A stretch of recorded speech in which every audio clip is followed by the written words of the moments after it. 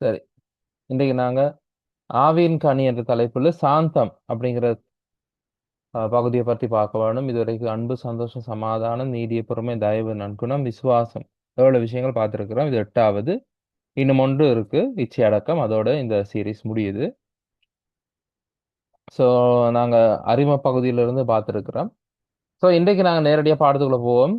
ரொம்ப நேரம் இருக்காது இன்றைக்கு. சீக்கிரமா முடிச்சிடுவோம்னு நினைக்கிறேன். சரி. சாந்தம் அப்படின்னு சொல்லும் பொழுது அதுக்கான வரைவிலக்கணம் என்ன? அஹ் இப்ப கிட்டத்தட்ட அருகில் செல்லும் சில வார்த்தைகள் இருக்கு இல்லையா? நாங்க சில ஏற்கனவே நாங்க படிச்சிருக்கிறோம். நீடிய பொறுமை படிச்சிருக்கிறோம். தயவு படிச்சிருக்கிறோம். இதெல்லாம் கிட்ட அருகருகே போகக்கூடிய ஆஹ், வார்த்தைகள்.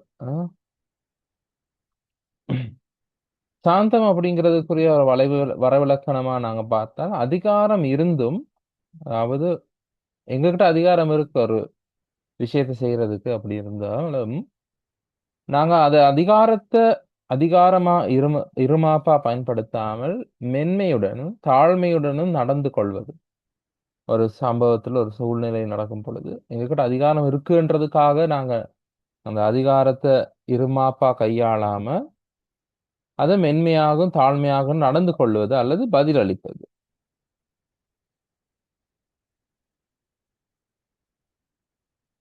என்று நாங்க அது சாந்தம் அப்படின்னா அதோட வரைவிலக்கணமா பார்க்கலாம். அதாவது சாந்தமா நடந்து கொள்றது, சாந்தமா பதில் கொடுக்கிறது. ஸோ சாந்தம் என்று சொன்ன உடனே ஆஹ், அதுக்குரிய விளக்கங்கள் தேடி பார்க்கும் பொழுது கிடைக்கக்கூடிய மிக சிறந்த ஆஹ், விளக்கமா இது இருந்தது. அதனால நான் இதை எடுத்திருக்கிறேன். ஸோ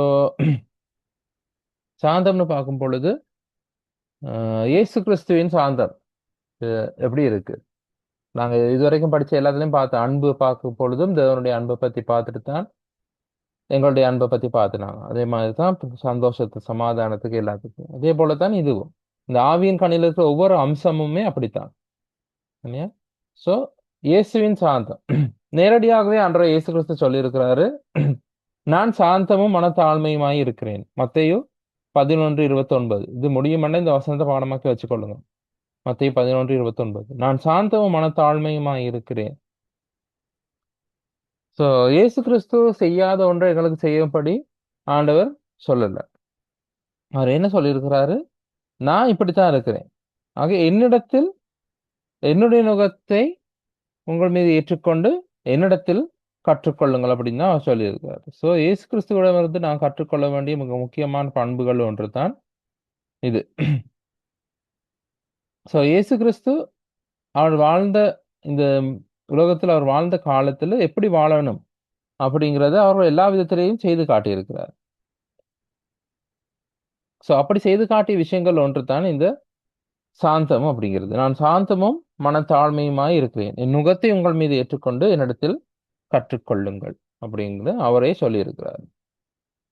அதே போல இயேசு கிறிஸ்துவுடைய சம்பவம் ஒன்று எங்களுக்கு தெரியும்.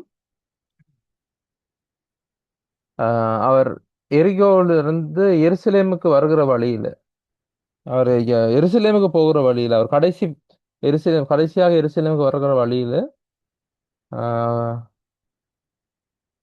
ஒரு கழுதை மேல தான் அவரை வச்சு கூட்டிட்டு வந்தாங்க இல்லையா? சோ அந்த சம்பவம் ஏற்கனவே சகரியா புத்தகத்தில் எழுதி இருக்கு, உன்னுடைய ராஜா இப்படி வருவார் அப்படின்னு. சோ அது மத்தேயு 21வது அதிகாரத்துல மேற்கோட் காட்டப்பட்டு சொல்லப்பட்டிருக்கு. சோ சகரியா புத்தகத்துல தாழ்மை என்ற சொல் பயன்படுத்தப்பட்டிருந்தாலும் மத்தேயு புத்தகத்துல அது கொண்டு வரும் பொழுது அது சாந்த குணம் அப்படின்ற அர்த்தத்துல கொண்டு வந்திருக்கிறாங்க. சோ இதோ உன் ராஜா சாந்த குணமுள்ளவராய் கழுதையின் மேலும் கழுதை குட்டியின் ஆகிய மரியின் மேலும் ஏறிக்கொண்டு உன்னிடத்தில் வருகிறார் அப்படின்று இயேசு கிறிஸ்துவனுடைய குணத்தை பற்றி அன்னைக்கு சொல்லப்பட்டிருக்கு. இது இயேசு கிறிஸ்து நேரடியாக சாந்த குணம் அப்படிங்கிறது குறிப்பிடப்படவில்லை. ஆனா நாங்க ஏற்கனவே பார்த்த அந்த வரைவிலக்கணத்துடன் ஒத்து போற ஒரு சம்பவம். இது பைபிள். நான் இன்னைக்கு போட்டிருக்கிறது பைபிள் வசனம் அல்ல. பைபிள் வசனத்திலிருந்து நாங்கள் எடுக்கக்கூடிய அந்த சம்பவத்தை சுருக்கி நான் போட்டிருக்கிறேன். மத்தேயு 26வது அதிகாரத்துல இயேசு கிறிஸ்து கெத்செமனே தோட்டத்துல கைது பண்ண வரும் பொழுது அவர் தம்முடைய சீடர்களுக்கு சொன்ன விஷயம்தான், நாம் பிதாவை வேண்டிக் கொண்டால் எனக்கு 12 லேகியோனுக்கு அதிகமான வீரர்களை கொடுக்க மாட்டாரோ அப்படின்னு. ஸோ லேகியோன் அப்படிங்கிறது எங்களுக்கு தெரியும், ஒரு படையைத்தான் குறிக்குது. அதுல 6000 பேர் இருந்தால் அதுக்கு பேர் லேகியோன். ஏன்? ஸோ அவர் இயேசு கிறிஸ்து சொல்றாரு சீஷர்களை பார்த்து, ஆஹ் அந்த பேதுரு அந்த வேலைக்காரனுடைய காதை வெட்டின உடனே இயேசு கிறிஸ்து சொல்றாரு, அவர் நான் பிதாவை என் பிதாவை வேண்டிக் கொண்டால் அவர் 12 லேகியோனுக்கு அதிகமான தூதரை என்னிடத்தில் அனுப்ப மாட்டார் என்று நினைக்கிறாயா? அப்படி செய்வேனானால் இவ்விதமாய் சம்பவிக்க வேண்டும் என்கிற வேத வாக்கியங்கள் எப்படி நிறைவேறும்? சோ அந்த நேரத்துல அவருக்கு இருந்த அதிகாரத்தை பயன்படுத்துறதுக்கு அவர் முயற்சி செய்யல. அவர் நினைச்சிருந்தா 12 லேகியோன் 12 படைகளை இறக்கி இருக்கலாம். அப்படி இல்லாட்டி அவர் அதுல இருந்து தப்பி போயிருக்கலாம். ஆனால் அவர் அந்த இடத்துல சாந்தமா நடந்து கொள்கிறாரு. தேவனுடைய பரிபூர்ண சித்தத்துக்கு தன்னை கீழ்ப்படிய பண்ணுறார். சோ அதிகாரம் இருந்தும் அந்த தேவைக்கு ஏற்ப, அந்த சூழ்நிலைக்கு ஏற்ப நடந்து கொள்ளுதல்.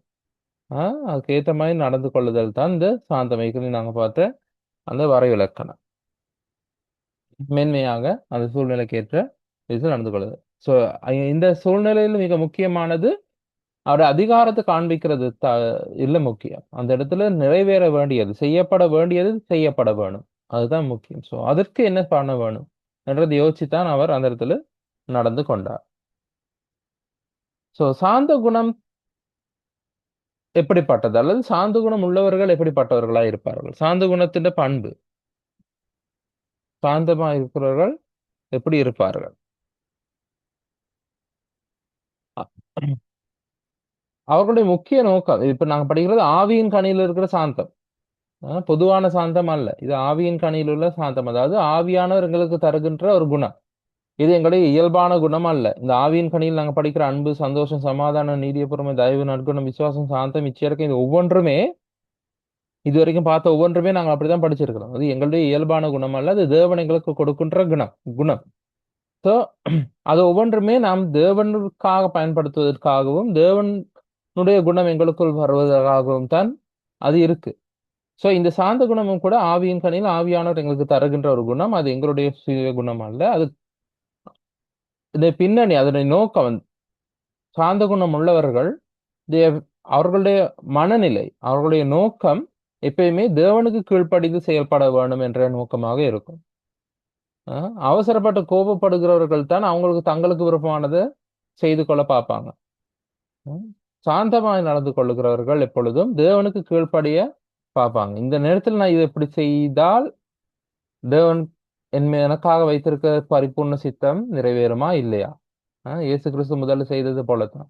அந்த 12 வீரர்களை இறக்குறதா, 12 படைகளை இறக்குறதா, அப்படி இல்லாட்டி தேவனுடைய சித்தத்துக்கு கீழ்ப்படுகிறது. சோ அது வித்தியாசம். சோ ஆவியின் கனியில் வர்ற சாந்த குணம் உள்ளவர்கள் தேவனுக்கு கீழ்ப்படுகிறார்கள். இது ஒரு மிக முக்கியமான ஒரு அம்சம். சாந்த குணம் உள்ளவர்களுக்கு இடையில காணப்படக்கூடிய ஒரு மிக முக்கியமான அம்சம். கற்றுக் கொடுக்கப்படக்கூடியவர்கள், அதாவது கற்றுக்கொள்பவர்கள் சொல்ல முடியாது. ஒரு விஷயத்தை பார்த்து அவர்களா கற்றுக்கொள்றதுன்னு சொல்றதை விட, இன்னொருத்தர் சொல்லிக் கொடுக்கும் பொழுது அதை கற்றுக்கொள்வார்கள், சாந்தமாக ஏற்றுக்கொள்வார்கள். கற் அதாவது நாங்க சொல்லி படிப்பிக்கலாம் அவர்களுக்கு. நாங்க சொல்றதை அவங்க கேட்பாங்க. சாந்த குணம் உள்ளவர்கள். சில பேர் இருக்கிறாங்க தானே, நீ என்னத்து சொல்றது, நான் என்னத்து கேட்கறது, அந்த மாதிரி இருப்பாங்க. ஆனா சாந்த குணம் உள்ளவர்கள், அவர்கள் அது ஆங்கிலத்தில் அழகான வார்த்தை டீச்சபிள். டீச்சபிள், கற்றுக் கொடுக்கப்படக்கூடியவர்கள். அவர்களுக்கு சாந்த குணமுள்ளவர்களுக்கு நாங்க ஒரு விஷயத்தை சொல்லி கொடுக்க முடியும். அவர்கள் கற்றுக்கொள்ளுவார்கள். கற்றுக் கொடுக்கப்படக்கூடிய தன்மை அவர்களுக்கு இருக்கு. சாந்த குணமுள்ளவர்களுடைய இன்னொரு பண்பு தான் தூண்டப்படும் பொழுது, எங்களை சுற்றி மக்கள் ஒவ்வொரு விஷயங்களை செய்து எங்களை தூண்டும் பொழுது கூட அமைதியாக இருப்பார்கள். மற்றவர்கள் எங்களை கோபப்படுத்த முயற்சிப்பார்கள், எங்களை சோர்வடைய செய்ய முயற்சிப்பாங்க, எங்களுக்கு பிடிக்காதது செய்வாங்க, எங்களுக்கு கேலி பண்ணுவாங்க, ஏளனம் செய்வாங்க. அப்படி எந்த விதமான தூண்டுதல்கள் வந்தாலும் கூட, அப்ப விஞ்ஞானத்துல நாங்க பயன்படுத்துற ஒரு சொல் இருக்கு, தூண்டுதலுக்கு ஏற்ற துலங்கல். சோ அந்த மாதிரி தூண்டுதலுக்கு ஏற்ற துலங்கல் காண்பிக்காம நாங்கள் தூண்டப்படும் பொழுது அமைதியாக இருத்தல் அவர்களுடைய ஒரு குணம், சாந்த குணமுள்ளவர்களுடைய பண்பு. தனிப்பட்ட உரிமைகளை வற்புறுத்துவதில்லை. எனக்கு இந்த இடத்துல இந்த செய்யறதுக்கு உரிமை இருக்கு, எனக்கு உரிமை இருக்கு இது செய்யறதுக்கு, இது இல்லாட்டி இதை பத்தி கேட்கறதுக்கு எனக்கு உரிமை இருக்குது, எனக்கு கிடைக்க வேண்டிய ஒன்று. ஆனா அதை வற்புறுத்த மாட்டாங்க. அவர்களுடைய ஒரு குணம் இருக்கும், பரவாயில்ல, அது நான் இழக்க வேண்டியதா இருந்தாலும் அது தேவனுடைய சித்தமா இருந்தால் பரவாயில்லை, நான் அதை இழக்கிறதுக்கு தயாரா இருக்கிறேன் என்ற ஒரு மனநிலையில அவர்கள் இருப்பாங்க. இல்ல இது என் உரிமை, இதை நான் விட்டு கொடுக்க மாட்டேன், இது எனக்கு வேணும் அப்படின்னு வற்புறுத்த மாட்டாங்க. சாந்த குணமுள்ள சாந்த குணம் உள்ளவர்கள், சாந்த குணத்தின் பண்புகள்ல அதுவும் ஒன்று. சோ பிறரை மென்மையாக சரி செய்கிறார்கள் அல்லது ரெஸ்டோர் பண்ணுவாங்க. மற்றவர்கள் விழுந்து போகிறவர்கள், தவறானவர், வழியில போறவங்க, அவங்களோட கோபப்பட்டு நடந்து கொள்ளாம அவங்கள அவர்கள் மென்மையா திரும்ப வழிக்குள்ள கொண்டு வருவாங்க. அவங்க கைவிட்டு விடாம, சரியா அவனை திருத்தி இயலாது அப்படின்னு விட்டுறாம பொறுமையா மென்மையா அவங்கள சரி செய்வாங்க. பிறரை மென்மையாக சரி செய்கிறார். அடுத்ததுதான் கோபத்தை கட்டுப்படுத்துகிறார். சாந்த குணம் அது எனக்கு சொல்ல தேவையில்லை, சாந்த குணம்னாலே அப்படித்தான் இல்லையா? கோபத்தை கட்டுப்படுத்துகிறார். அடுத்தது தன்னுடைய பலம், ஏற்கனவே படிச்ச மாதிரி தனக்கு அதிகாரம் இருக்கு, தன்னுடைய பலம் இருக்கு, ஆனா அது விவேகமாக. தமிழ்ல ஒரு அழகான வார்த்தை தான் இந்த விவேகம் அப்படிங்கிற.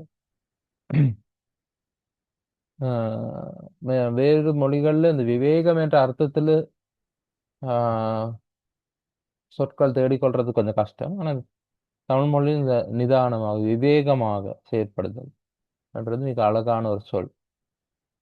பல தனக்குடைய பலத்தை, தன்னுடைய சக்தியை அல்லது தன்னுடைய அதிகாரத்தை என்று கூட சொல்லலாம், தன்னுடைய பலத்தை விவேகமாக எந்த இடத்துல எப்படி பயன்படுத்தணுமோ அதை அறிந்து பயன்படுத்துவார் சாந்த குணம் உள்ளவர். மிக முக்கியமான இன்னும் ஒரு குணம் தான், சாந்த குணம் உள்ளவர்கள் எப்பயுமே சமாதானமா இருக்கத்தான் பார்ப்பாங்க. எப்பயுமே சமாதானத்தை விரும்புகிறவர்கள், சமாதானத்தை நாடுகிறவர்கள். சோ ஆவியின் கனி நமக்குள் இருக்குமா இருந்தால், அதாவது நாம் ஆவிக்குரியவர்களை நாம் சொல்லிக் கொள்வோமா இருந்தால், நமக்குள்ளே ஆவியானவர் இருப்பாரா இருந்தால் நாம் ஆவியின் கனி கொடுக்கிறவர்களாய் இருக்க வேண்டும். நல்ல மரம் கெட்ட கனிகளை கொடாது, கெட்ட மரம் நல்ல கனிகளை கொடாது, அதனது கனிகளால் அந்தந்த மரங்களை அறிவீர்கள். அந்த மாதிரி தான் நாங்கள் இந்த ஆவியின் கனிகளை கொடுத்தால்தான் நாங்கள் ஆவிக்குரியவர்கள். அப்ப எங்களுக்குள்ள இந்த சாந்த குணம் இருந்தால்தான் நாம் ஆவிக்குரியவர்கள் என்று சொல்லிக்கொள்ள முடியும். சோ இது சாந்த குணம் உள்ளவர்களுடைய பண்புகள்.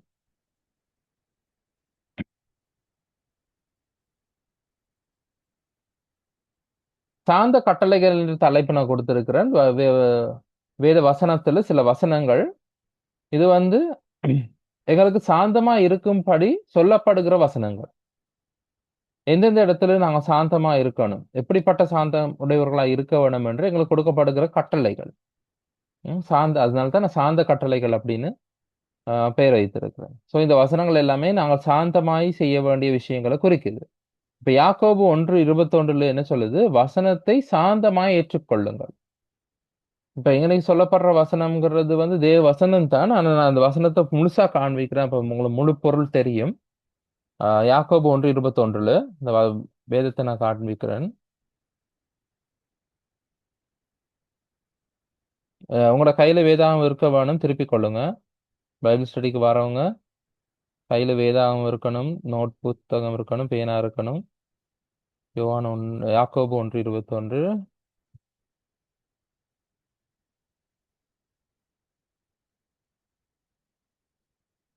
ஆகையால் நீங்கள் எல்லாவித அழுக்கையும் கொடிய துர்க்குணத்தையும் ஒழித்துவிட்டு உங்கள் உள்ளத்தில் நாட்டப்பட்டதாயும் உங்கள் ஆத்துமாக்களை இரட்சிக்க வல்லமையுள்ளதுமாய் இருக்கிற வசனத்தை சாந்தமாய் ஏற்றுக்கொள்ளுங்கள். அதுக்கு முதல் வசனம் பாத்தீங்கன்னு சொன்னா 20வது வசனத்துல மனுஷருடைய கோபம் தேவனுடைய நீதியை நடப்பிக்க மாட்டாதே. மனுஷருடைய கோபம் தேவனுடைய நீதியை நடப்பிக்க மாட்டாதே. பொதுவா நாங்க கேட்கிற கேள்வி என்ன, இயேசு கிறிஸ்து கோவப்பட்டாரு தானே, அவர் சாட்டை எடுத்து அடிச்சாரு தானே, அந்த மாதிரி நாங்க செய்யக்கூடாதா? அப்படித்தான். ஆனா அந்த கோபத்துக்கும் நாங்க படுற கோபத்துக்கும் பெரிய வித்தியாசம் இருக்கு இல்லையா? சோ மனுஷருடைய கோபம் தேவனுடைய நீதியை நடப்பிக்க மாட்டாது. இதுதான் ஆம், என்ன சொல்லுங்க, அடிப்படையான ஒரு கோட்பாடுன்னு வச்சுக்கொள்ளலாம். சாந்த குணத்துக்குடைய அடிப்படையான கோட்பாடு. மனுஷருடைய கோபம் தேவனுடைய நீதியை நடப்பிக்க மாட்டாது. அவன் கோபப்பட்டு நாங்க செய்யற விஷயங்களால தேவனுடைய நீதி எங்களால நிலைநாட்ட முடியாது. அப்ப அதுக்கு ஆரம்பம் உங்கள் ஆத்துமாக்களை ரட்சிக்க வல்லமையுள்ளதா இருக்கிற வசனத்தை சாந்தமாய் ஏற்றுக்கொள்ளுங்கள். இப்ப வசனம் என்ன சொல்லுதோ, தேவனுடைய வசனம் எங்களுக்கு என்ன சொல்லுதோ அதை நாங்கள் சாந்தமாய் ஏற்றுக்கொள்வர்களாக இருக்க வேண்டும். அது முதலாவது சாந்த கட்டளை. அடுத்தது கலாத்தியர் 6:1 கலாத்தியர் 6:1 சாந்தமுள்ள ஆவியோட அப்படிப்பட்டவனை சீர்பொருந்த பண்ணுங்கள். அப்படிப்பட்டவன் சொல்லும் பொழுது நாங்க கேள்வி ஒன்று கேட்கணும், எப்படிப்பட்டவன் அப்படிங்கிற கேள்வியை கேட்கணும். யார்? நாங்க அந்த வசனத்தை திருப்பி பார்த்தா தெரியும். கலாத்தியர் 6:1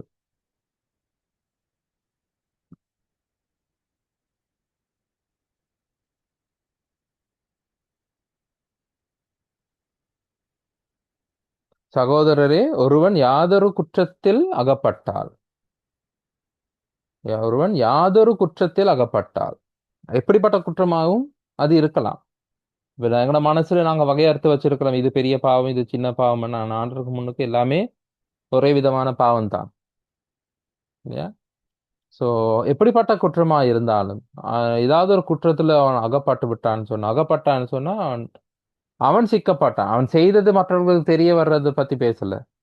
ஒரு தவறு செய்து விட்டால், ஒருவன் ஒருவன் தவறு செய்து விட்டால் ஆவிக்குரியவர்களாகிய நீங்கள், நாங்க சொல்லிக் கொள்வோமா இருந்தா நாங்கள் ஆவிக்குரியவர்கள் அவர்கள் பாவிகள் அப்படின்னு நாங்க ஒதுக்கி வைக்கிறோமா இருந்தால், ஆவி அவன் பாவம் செய்துட்டான், ஓகே, அவன் ஒரு குற்றத்துக்குள்ள விழுந்துட்டான், ஓகே. ஆவிக்குரியவர்களாகிய நீங்கள் சாந்தமுள்ள ஆவியோடு, நீங்க உங்களை ஆவிக்குரியவர்கள்னு சொல்லிக் கொள்றீங்க, அவன் பாவம் செய்துட்டான்னு அவனை மட்டம் தட்டுறீங்க. அப்படின்னு சொன்னா ஆவிக்குரியவர்களாகிய நீங்கள் சாந்தமுள்ள ஆவியோடு அவனை சீர்பொருந்த பண்ணுங்கள். அப்படிப்பட்டவனை சீர்பொருந்த பண்ணுங்கள். இப்ப ஒருத்தர் குற்றத்துக்குள்ள விழுந்துட்டாருன்னு சொன்னா அவரை ஒதுக்கி வைக்கிறதோ அவரை மட்டம் தட்டுறதோ அது செய்யறது இல்லை எங்களுடைய வேலை. எங்களுடைய வேலை சாந்தமுள்ள ஆவியோடு எப்படி அவனை திரும்ப நாங்க ஆண்டவருக்குள்ள கொண்டு வரலாம், எப்படி அவனை மனம் திரும்புதலுக்குள்ள கொண்டு வரலாம், எப்படி நாங்க அவனை ஆண்டவருடைய பாதைக்குள்ள கொண்டு வந்து ஊழியத்துக்குள்ள பயன்படுத்தலாம் அப்படிங்கிற எண்ணத்துல தான் நம்ம அவனோட செயற்பட வேணும். அவனை திரும்ப ஆண்டவருடைய வழிக்குள்ள கொண்டு வர்றதுக்காகத்தான் நாங்கள் செயற்படணும். அதற்கு நாங்கள் சாந்தமுள்ள ஆவியோடு நாம் செயல்பட வேண்டும்.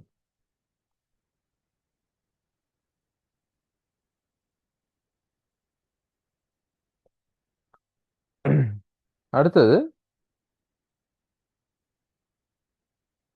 2 தீமோத்தேயு 2:24-26 வரைக்கும் ஒரு நீண்ட பகுதி இருக்கு. அதுல சொல்லப்படுது, சாந்தமாய் அவர்களுக்கு, அதாவது எதிர்பேசுகிறவர்களுக்கு உபதேசிக்க வேண்டும்.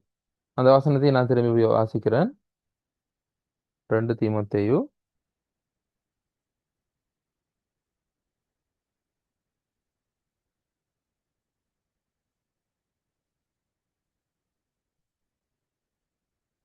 24 இருந்து வாசிக்கிறேன். கர்த்தருடைய ஊழியக்காரன் சண்டை பண்ணுகிறவனா இராமல், 2 தீமோத்தேயு 2வது அதிகாரம் 24. கர்த்தருடைய ஊழியக்காரன் சண்டை பண்ணுகிறவனா இராமல் எல்லாரிடத்திலும் சாந்தமுள்ளவனும், எல்லாரிடத்திலும் சாந்தமுள்ளவன். அப்ப மற்றவர்கள் எதிர்த்தரப்பினர் எப்படிப்பட்டவர்களா இருந்தாலும் நாங்கள் சாந்தமுள்ளவர்களா இருக்கவன். அதுதான் அதோட அர்த்தம். எல்லாரிடத்திலும் சாந்தமுள்ளவனும் போதக சமர்த்தனும், படிப்பிக்கிறதுக்கு திறமை உள்ளவனும், அதாவது படிப்பிக்கிற தகுதியை தனக்குள்ள வளர்த்து கொள்ளவன். வேதத்தை நல்லா கற்று அதை பகுத்து அறிந்து போதிக்கிற தலைமைக்கு தன்னை வளர்த்து கொள்ளவன். தீமையை சகிக்கிறவனுமாய் இருக்க வேண்டும். நாங்க எல்லாம் தீமையை வெறுக்கிறவர்கள், ஆனால் தீமையை சகிக்க வேணும். எங்களுக்கு நாங்க அப்படியே ஒதுக்கி மட்டம் தட்டி வச்சிருவோம் மற்றவங்கள. ஆனால் தீமை சகிக்கிறவர்களாய் இருக்க வேண்டும். எதிர் பேசுகிறவர்கள் சத்தியத்தை அறியும்படி. எதிர் பேசுகிறவர்கள் அவர்கள் வந்து ஒரு நாஸ்திகன், அவன் அப்படித்தான் இருப்பான், அவன் தேவன் அறியாதவன் சபிக்கிறதை விட்டுட்டு அவர்களும் சத்தியத்தை அறிந்து கொள்வது அவசியமா இருக்கிற என்ற எண்ணத்துல, அந்த கோட்பாட்டுல அப்படிப்பட்டவர்களும் எதிர் பேசுகிறவர்கள் சத்தியத்தை அறியும்படி தேவன் அவர்களுக்கு மனம் திரும்புதலை அருளத்தக்கதாக பிசாசினுடைய இச்சையின்படி செய்ய அவனால் பிடிபட்டிருக்கிற அவர்கள், பிசாசினால் பிடிபட்டிருக்கிற அவர்கள் மறுபடியும் மயக்கம் தெளிந்து அவன் கண்ணிக்கு, அதாவது பிசாசின் கண்ணிக்கு நீங்கத்தக்கதாக சாந்தமாய் அவர்களுக்கு உபதேசிக்க வேண்டும். ஸோ எதிர்த்து பேசுகிறவர்களோடு தர்க்கம் பண்ண போனாலும், வாக்குவாதம் பண்ண போனாலும் நாங்கள் அவர்களோட சண்டை பிடிக்காம, எங்களுடைய முக்கிய குறிக்கோள் வந்து அந்த வாக்குவாதத்தை ஜெயிக்கிறதா இருக்கக்கூடாது. அவனோட பண்ற அந்த தர்க்கத்தை ஜெயிக்கிறது எங்களுடைய குறிக்கோள் அல்ல. அவன் சொல்றதுக்கு விட ஒரு மேற்படி வார்த்தை நான் அதிகமா சொல்லணும் அப்படிங்கிற எண்ணம் அல்ல எங்களுடைய குறிக்கோள். எங்களுடைய குறிக்கோள் அவன் சத்தியத்தை அறிந்து கொள்ளணும், பிசாசு இந்த கண்ணிலிருந்து விடுபடணும், மயக்கம் தெளியணும், தேவன் அவனுக்கு மனம் திரும்புதலை கொடுக்க வேணும் என்ற அந்த நோக்கத்தோடு தானே அங்க அவனோட பேசணும். எப்படியாவது இந்த வாக்குவாதத்தில் நான் ஜெயிக்கணும், அவனை விட எனக்கு அறிவு கூட, அவனை விட நான் புத்திசாலி அப்படிங்கறது காண்பிக்க வேணும் என்ற அர்த்தம், என்ற குறிக்கோள், அந்த நோக்கத்துல நாங்க அவனோட பேசக்கூடாது. அவன் மீது ஒரு மனதுருகி, அவன் மீது சாந்தமா அவன் மனம் திரும்ப வேணும் என்ற எண்ணத்தோடு, அவன் அகப்பட்டிருக்கிற அந்த கண்ணிலிருந்து அவன் விடுபட வேணும் அப்படிங்கிற நோக்கத்தோட தான் நாங்க அவனுக்கு உபதேசிக்க வேண்டும். அது 3வது சாந்த கட்டளை. 4வது, யாக்கோபு ஞானத்தை பத்தி அதிகமா பேசியிருக்கிறாரு. சோ ஞானத்துக்குரிய சாந்தத்தோட, அதாவது ஞானத்துக்குரிய சாந்தம் என்று இவர் சொல்றது வந்து ஞானவான்களிடத்தில் இருக்கிற சாந்தம் அல்லது சாந்தம் உள்ளவர்களிடத்தில் இருக்கக்கூடிய ஞானம். இந்த வசனத்தை ஃபுல்லா வாசிச்சா அவங்களுக்கு ஒருவேளை விளக்கம் கிடைக்கும். யாக்கோபு 3:13.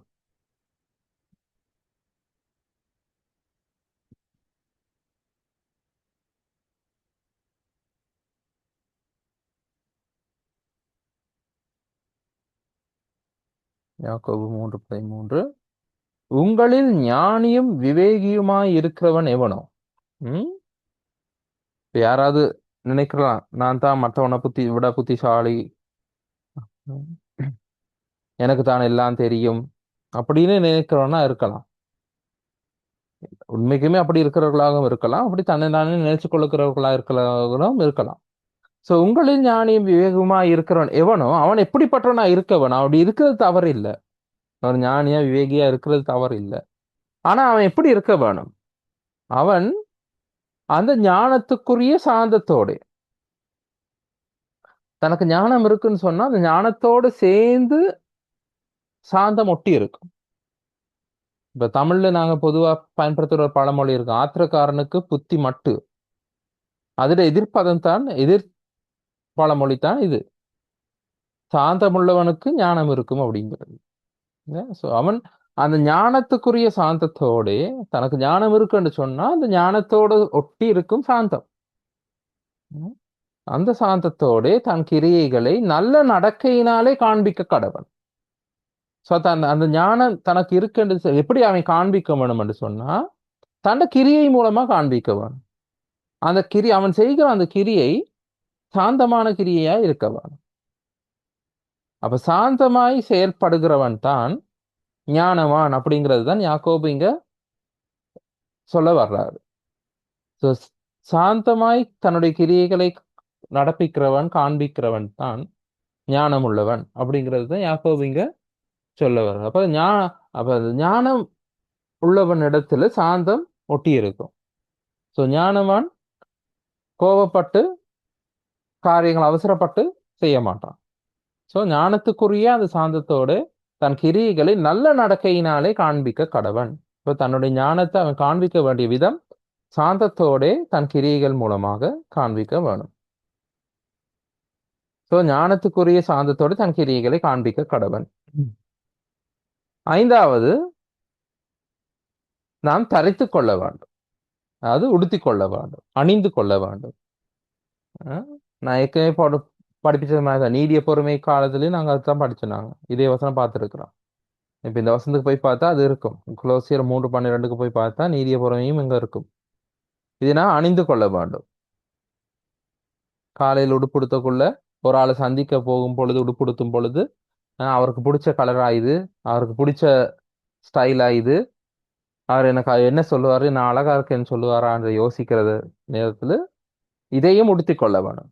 என்னத்தை அணிந்து கொள்ள வேண்டும்? கொலோசியர் 3:12, ஆகையால் நீங்கள் தேவனால் தெரிந்து கொள்ளப்பட்ட பரிசுத்தரும் பெரியருமாய் உருக்கமான இரக்கத்தையும் தயவையும் மனத்தாழ்மையையும் சாந்தத்தையும் நீடிய பொறுமையையும் தரித்து கொண்டு இவற்றைத்தான் நாங்கள் அணிந்து கொள்ள வேண்டும். இவற்றைத்தான் நாம் அணிந்து கொள்ள வேண்டும். சோ சாந்த கட்டளைகள் 5, தேவனுடைய வசனம் எங்களுக்கு செய்யும்படி சொல்லுகிற ஏவுகின்ற சாந்தம் தொடர்பான 5 விஷயங்கள். வசனத்தை ஏற்றுக்கொள்ள வேண்டும், குற்றத்தில் அகப்பட்டவனை சாந்தத்தோட சாந்தமுள்ள ஆவியோட சீர்பொருந்த பண்ண வேண்டும், எதிர்பேசுகிறவர்களுக்கு சாந்தமாய் உபதேசிக்க வேண்டும், எங்களுடைய ஞானத்தை சாந்தத்தினாலே எங்களுடைய கிரியைகள் மூலமாக காண்பிக்க வேண்டும், சாந்தத்தை அணிந்து கொள்ள வேண்டும் எப்பொழுது.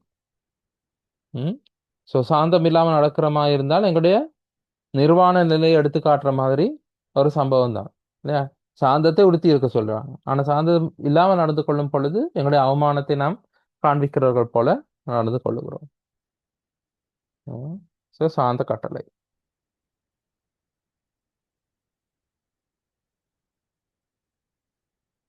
அடுத்தது சாந்தத்தின் விளைவுகள். சாந்த குணமுள்ளவர்கள் பாக்கியவான்கள். இப்ப இதுவும் தமிழ் மொழியில் ஒரு பழமொழியா இருக்கு. சாந்த குணமுள்ளவர்கள் பாக்கியவான்கள், அவர்கள் பூமியை சுதந்திரித்துக் கொள்வார்கள். கிட்டத்தட்ட இது ஒரு ஒத்து போற தமிழ் பழமொழி தான். பொறுத்தார் பூமி ஆழ்வார், பொறுத்தார் பூமி ஆழ்வார். சோ கிட்டத்தட்ட அந்த மாதிரி தான். சாந்த குணமுள்ளவர்கள் பாக்கியவான்கள், அவர்கள் பூமியை சுதந்திரித்துக் கொள்வார்கள். ஸோ இதோட அர்த்தம் என்ன? கொஞ்சம் கஷ்டமான அர்த்தம் தான் புரிஞ்சு கொள்றதுக்கு. ஏன்னா எங்களுக்கு கிறிஸ்தவர்களுக்கு, விசுவாசிகளுக்கு இந்த பூமியில எந்த விதமான வாக்குத்தத்தங்களும் கொடுக்கப்படவில்லை. இந்த பூமியில எந்த நன்மையும் செழிப்பும் எங்களுக்கு வாக்குத்தத்தம் பண்ணப்படவில்லை. அப்படி இருக்கும் பொழுது விசுவாசிகள் பூமியை சுதந்திரித்துக் கொள்வார்கள் அப்படிங்கிற பொழுது அது பெரும்பாலும் 1000 வருஷ அரசாட்சி காலத்துல நாம் இந்த பூமியின் மீது செய்ய போகிற ஆட்சியை குறிக்கிறதாக இருக்கலாம். ஆனால் வசனம் எங்களுக்கு இந்த இது சொல்லுது. ஏன்னா விசுவாசிகளுக்கு இந்த பூமியில காணி உங்களுக்கு இவ்வளவு தருவேன் அப்படின்ற எந்த ஒரு இதுவும் இல்லை. ஸோ சாந்தத்தின் விளைவு, சாந்த குணமுள்ளவர்கள் பாக்கியவான்கள், அவர்கள் பூமியை சுதந்திரித்துக் கொள்வார்கள். இன்னொரு விளைவுதான் சாந்த குணமுள்ளவர்களை நியாயத்திலே நடத்தி சாந்த குணமுள்ளவர்களுக்கு தமது வழியை போதிக்கிறார். ஆண்டவர் சாந்த குணமுள்ளவர்களுக்கு தன்னுடைய வழியை காண்பிக்கிறார். ஏற்கனவே நாங்க படிச்ச மாதிரி சாந்த குணமுள்ளவர்களுடைய பண்புகள் ஒன்று தான் என்னது? டீச்சபிள், கற்றுக் கொடுக்கப்படக்கூடியவர்கள். அவர்கள் கற்றுக்கொள்ளுகிற மனப்பான்மை உடையவர்கள், மாணவ மனநிலை, ஸ்டூடெண்ட் மைண்ட் செட். ஸோ மாணவ மனநிலையுடையவர்கள், அதாவது ஒரு விஷயத்தை ஒருத்தர் கற்றுக் கொடுக்கும் பொழுது கற்றுக்கொள்ளக்கூடிய மனநிலையில் இருப்பார். ஸோ தேவன் எங்களுக்கு அவருடைய வழியை காண்பிக்கும் பொழுது அந்த வழியை கற்றுக்கொள்ளக்கூடிய மனநிலையில சார்ந்த குணமுள்ளவர்கள் இருப்பார்கள். ஸோ அப்படிப்பட்டவர்களுக்கு தான் ஆண்டவர் தன் வழியை காண்பிப்பார். முரட்டு குணம் உள்ளவர்களுக்கு ஆண்டவர் தன் வழியை காண்பிக்க மாட்டார். இப்போ இதுக்கு ஒரு எதிர்வசனம், இதுக்கு ஒரு எதிர்வசனம்னு பார்த்தால் இப்ப சங்கீதம் 25:9 என்ன சொல்லப்படுது? சாந்த குணமுள்ளவர்களை நியாயத்தில் நடத்தி சாந்த குணமுள்ளவர்களுக்கு தமது வழியை போதிக்கிறார். சோ அவர்களுக்கு வழி நடத்துவார், வழியை காண்பிப்பார் அப்படிங்கிறது. இதுக்குரிய ஒரு எதிர்வசனமும் இருக்கு. சங்கீதம் 32:8 என்ன சொல்றது? மனப்பாட வசனம், நிறைய வாக்குத்தத்த வசனம் நிறைய பேருக்கு தெரிஞ்சிருக்கும் இல்லையா? 32:8 என்ன சொல்லுது? நான் உனக்கு போதித்து நீ நடக்க வேண்டிய வழியை காட்டுவேன். ஏற்கனவே நாங்க வாசிச்ச வசனத்துக்கு கிட்டத்தட்ட ஒத்து போற வசனம். உன்மேல் என் கண்ணை வைத்து உனக்கு ஆலோசனை சொல்லுவேன். ஆனா அடுத்த வசனம் என்ன சொல்லுது? 9ஆவது வசனம், வாரினாலும் கடிவாளத்தினாலும் வாய் கட்டப்பட்டால் ஒழிய உன் கிட்ட சேராத புத்தி இல்லாத குதிரையைப் போலவும் கோவேறு கழுதையைப் போலவும் இருக்க வேண்டாம். நான் உனக்கு வழியை காட்டுவேன், இதுதான் போகணும்ன்ற வழியை நான் உனக்கு காட்டுவேன். ஆனா நீ இப்படி இருக்காத. கோவேறு கழுதையை போலும் புத்தி இல்லாத குதிரையை போலும் இருக்காத. உனக்கு கடிவாளம் போட்டு கட்டி வச்சா மட்டும்தான் ஒரு இடத்துல இருப்பன்ற முரட்டு குணத்தோட இருக்காது. நான் உனக்கு வழி காட்டுவேன், நீ போக வேண்டிய வழியை காட்டுவேன், நடக்க வேண்டிய வழியை காட்டுவேன், உன் மீது கண்ணை வைத்து உனக்கு ஆலோசனை சொல்லுவேன். ஆனா நீ இப்படி இருக்காது, இப்படிப்பட்ட இருந்தா உனக்கு இந்த வழியை கண்டு கொள்ள முடியாது என்றதுதான் இந்த வசனத்துடைய மொத்த அர்த்தம். நாங்க 8வது வசனத்தை மட்டும் அடிக்கடி பயன்படுத்துறது உண்டு, 9வது வசனத்தை விட்டுருவோம். சங்கீதம் 25 ஆண்டவர் தான் சொல்றாரு. எனது சாந்த குணம் உள்ளவர்களுக்கு ஆண்டவர் அந்த வழியை காண்பிக்கிறார். சாந்த குணம் உள்ளவர்களுக்கு ஆண்டவர் சாந்த குணம் உள்ளவர்களை நியாயத்திலே நடத்தி சாந்த குணம் உள்ளவர்களுக்கு தமது வழியை போதிக்கிறார்.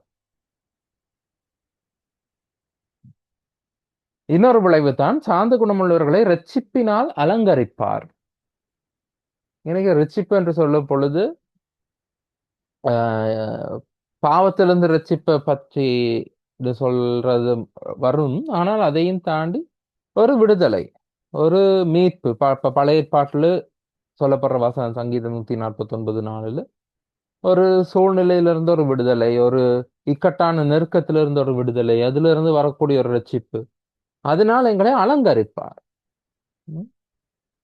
ஸோ எங்களுக்கு அதை அணிவிப்பார், எங்களுக்கு அந்த விடுதலையை அணிவிப்பார், எங்களை அலங்கரிப்பார் மாதிரி ஒரு வசனம் தான் அது. ஸோ அது சாந்த குணம் உள்ளவர்களுக்கு தான், சண்டை பிடிக்கிறவர்களுக்கு அல்ல. ஸோ சாந்தத்தின் விளைவு என்று இந்த 3 வசனங்களை நாங்க சொல்லலாம். ஸோ சாந்த கட்டளைகள் பார்த்திருக்கிறோம், சாந்தத்தின் விளைவுகள் பார்த்திருக்கிறோம். ஸோ சாந்தத்தின் பண்புகள் பார்த்திருக்கிறோம், சாந்த குணமுள்ளவர்கள் எப்படி இருப்பார்கள் என்று பார்த்திருக்கிறோம், சாந்த கட்டளைகள் பார்த்திருக்கிறோம், சாந்தத்தின் விளைவுகள் பார்த்திருக்கிறோம். ஸோ இது சாந்த குணம் என்றது எங்களிடம் அதிகாரம் பலம் இருந்த நேரத்திலும் கூட நாம் அதை இருமாப்பா பயன்படுத்தாமல் நிதானமாய் எப்படி பயன்படுத்துகிறோம், மற்றவர்களிடத்தில் எப்படி நடந்து கொள்கிறோம், எப்படி பதிலளிக்கிறோம் என்றது தான் இந்த சாந்த குணம். ஸோ யாருக்காவது ஏதாவது கேள்வி இருந்தா கேட்கலாம்.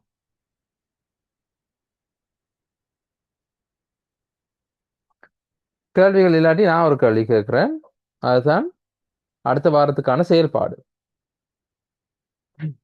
எண்ணாகம புத்தகத்துல சொல்லப்பட்டிருக்கு, 12வது அதிகாரம் 3வது வசனத்துல சொல்லப்பட்டிருக்கு, மோசேயானவன் பூமியில் உள்ள சகல மனிதரிலும் மிகுந்த சாந்த குணமுள்ளவனாய் இருந்தான். வேற யார பத்தியுமே இப்படி ஒரு வசனம் சொல்லப்படவில்லை.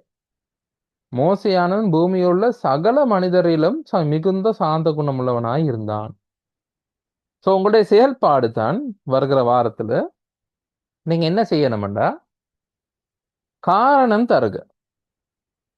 காரணம் தருக, எதனால ஆண்டவர் இப்படி மோசையை பத்தி சொன்னார், ஏன் மோசையை பற்றி ஆண்டவர் சொன்னார் அவன் பூமியில் உள்ள சகல மனிதரிலும் சாந்த குணம் உள்ளவன் அப்படிங்கிறது. ஸோ நீங்க எண்ணாகம புத்தகத்தையே வாசிச்சாலே அதுலயே காரணங்கள் இருக்கு. 12வது அதிகாரத்திலேயே ஒரு காரணம் இருக்கு.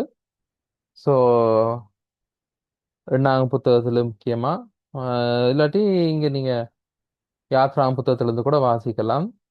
ஸோ நீங்க வேறு ஊடகங்கள் பயன்படுத்தலாம், தவறு இல்லை. இது கற்றுக்கொள்ற நோக்கத்துக்காகத்தானே ஏஐ எல்லாம் இருக்கு, நீங்க பயன்படுத்தலாம் கற்றுக்கொள்ளும் நோக்கத்துக்காக. ஸோ காரணம் தேடி கண்டுபிடிக்கணும். மோசேயில் காணப்பட்ட சாந்த குணம் அவன் எந்தெந்த சூழ்நிலைகள் எவ்வளவு சாந்தமாய் நடந்து கொண்டான், எப்படி சாந்த குணமாய் இருந்தான் அப்படிங்கறது தேடி அதுக்குரிய காரணங்கள் உங்களால காரணங்கள் பட்டியலாகவும் எழுதலாம். அப்படி இல்லாட்டி ஏதாவது ஒரு சம்பவத்தை வச்சு ஒரு கட்டுரை எழுதுறதுனாலும் எழுதலாம். ஸோ பட்டியலாக ஒரு லிஸ்ட் மாதிரி நீங்க போட்டு எடுக்கலாம். இந்த இந்த காரணம் அப்படின்னு அப்படி இல்லாத இல்லாட்டி ஏதாவது ஒரு சம்பவத்தை வச்சு அதை விளக்கப்படுத்தி ஒரு கட்டுரையாக கூட எழுதலாம். ஸோ இந்த மாதிரி ஒரு செயல்பாடு. ஸோ அடுத்த வாரம் நாங்க படிக்க வேண்டியது இச்சை அடக்கம். அது ரொம்ப இன்ட்ரெஸ்டிங்கான டாபிக்கா இருக்கும்னு நினைக்கிறேன். ஆனா பார்ப்போம். அதுக்கு பிறகு நாங்க ஆவியின் கனியில ஒரு சோதனை, ஒரு பரீட்சை, ஒரு என்ன சொல்றது, அறிவு சோதனை ஒரு பார்த்துட்டு படிச்சதை ஞாபகப்படுத்திக்கணும். மீட்டல் பயிற்சி மாதிரி ஒன்று செய்துட்டு, மீட்டல் பயிற்சினா நாங்க படிச்சதுக்கு ஒரு 10 கேள்வி கேட்டுட்டு அதுக்கு பிறகு புது தொடருக்குள்ள போவோம். ஸோ இதுவரைக்கும் நாங்க அறிமுகம் பார்த்திருக்கிறோம். அன்பு, சந்தோஷம், சமாதானம், நீடிய பொறுமை, தயவு, நற்குணம், விசுவாசம், சாந்தம் வரைக்கும் பார்த்திருக்கோம். ஸோ அடுத்த வாரத்துல நாங்க இச்சை அடக்கம் பார்ப்போம். அநேகமா அடுத்த வாரம் செய்யலாம். எஸ், முடியும். ஓகே. ஸோ ஏதாவது கேள்வி இருந்தால் நீங்க கேட்கலாம். தனிப்பட்ட முறையில் தொடர்பு கொள்ளலாம். குரூப்ல இணைந்து கொள்ளலாம். ஸோ இன்றைக்கு யாரும் கேள்வி இதுவும் இல்லை. ஸோ நாங்க ஜெபம் பண்ணி முடிப்போம், நிறைவு செய்வோம். யாராவது ஒருத்தர் ஜெபம் பண்ணுங்க. அது தொடர்ந்து நான் ரெக்கார்டிங் ஆஃப் பண்றேன். மீண்டும் நாங்க அடுத்த வாரம் சந்திக்கலாம். ஸோ யாராவது ஒருத்தர் ஜெபம் பண்ணுங்க.